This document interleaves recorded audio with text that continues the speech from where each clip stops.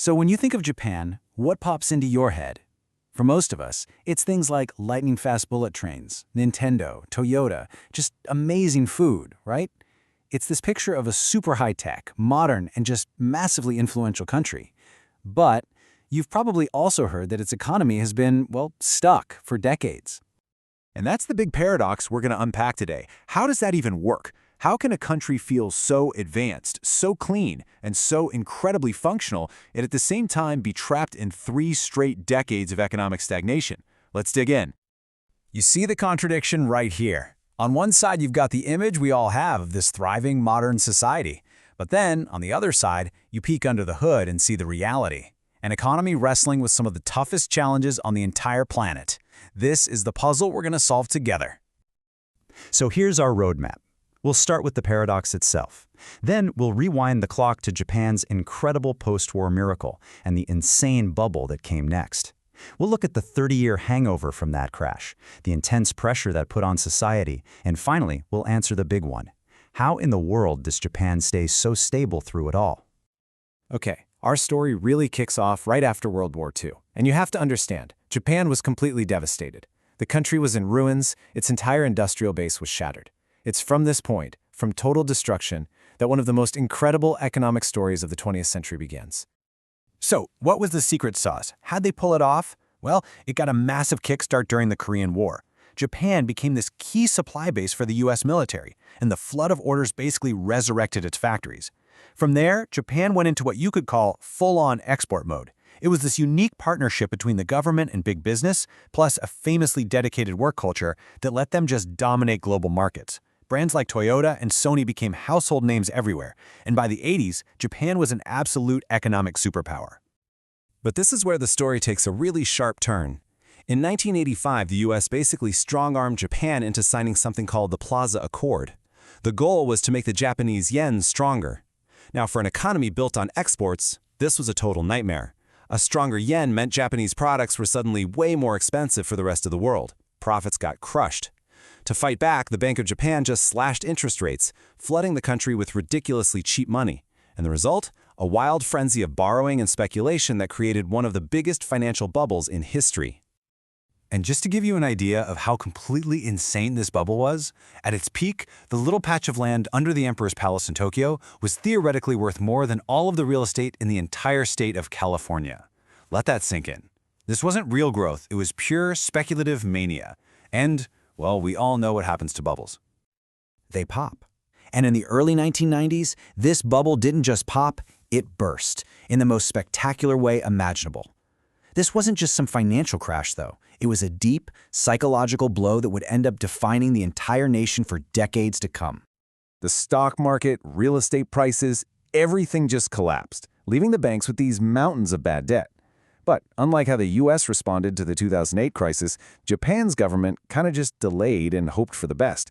They kept pouring money into big construction projects to keep up appearances, but they didn't really fix the broken banking system until it was way, way too late. The crash left this deep, permanent scar on the public. People were honestly traumatized. They stopped spending money and just started saving, obsessively. And this wasn't just being careful with money. It became this deep-seated cultural instinct, where security became everything and risk was the enemy.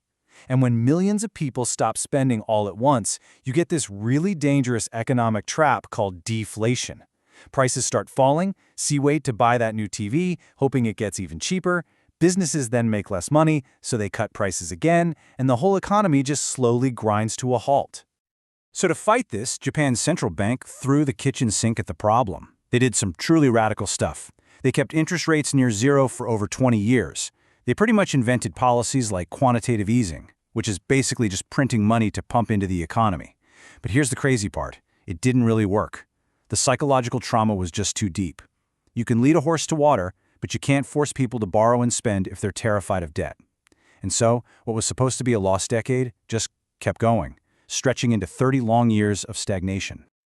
Okay, so this 30-year economic hangover, it wasn't just about numbers on a spreadsheet. It had a profound, lasting, and very human impact on Japanese society itself. All that economic pressure, combined with Japan's notoriously intense work culture, created a perfect demographic storm. Today, Japan has the oldest population in the world. A third of its people are over 65. For many, life just feels heavier every year, with salaries that don't go up and taxes that do. And this immense pressure has led to some really extreme social phenomena. There's one called johatsu, which literally means evaporation. These are people who, completely crushed by debt or shame, just vanish. They literally walk away from their lives without a trace, sometimes getting help from these secret companies called fly-by-night shops that help them start over somewhere else. Then there's another one called hikikomori. This is where hundreds of thousands of mostly young people just withdraw from society completely. They'll lock themselves in their rooms for months, sometimes even years. And this isn't about laziness. It's a symptom of this deep disillusionment, a feeling that there's just no point in even trying to participate in the system anymore. So you can see how this all connects, right? The pressure, the stress, the cost of living, it all leads to young people delaying marriage and having way fewer children. You combine that with really strict immigration policies, and the result is a population that's actually shrinking, and shrinking fast. And it's just simple math. You can't grow your economy when you have fewer workers and fewer customers every single year. Which brings us right back to our central question. With a stagnant economy, a shrinking population, and just massive, massive debt, how on earth is Japan still so functional? How do the trains still run perfectly on time? Well, here's the secret, and it's kind of brilliant. Japan has one of the highest government debt levels in the world. It's true. But almost all of that debt is owned by its own citizens and its own institutions, like the Bank of Japan. It's basically like a family owing money to itself.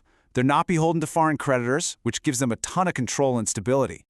And that's not the only thing keeping the ship steady. Japan has these other amazing pillars of stability. Its huge global companies, Toyota, Nintendo, you name it, they make billions of dollars overseas. The nation as a whole saves a ton of money, which acts like a giant financial cushion. And think about it, all that world-class infrastructure, the trains, the highways, they were built and paid for back in the good old boom years. On top of all that, the government is famously stable. So this leads to a really fascinating idea. What if we're looking at this whole thing wrong? Maybe Japan isn't a failed economy that's just struggling to grow. Maybe, just maybe, it's actually the world's first successful post-growth economy, a society that's no longer chasing constant expansion, but is instead focused on just maintaining the incredible quality of life it's already built. And that leaves us with one last big thought to chew on. As tons of other developed countries start to face their own aging populations and slowing growth, maybe Japan isn't an outlier that's stuck in the past. Maybe it's actually a pioneer, giving all of us a glimpse of a future that we're all headed towards, whether we realize it or not.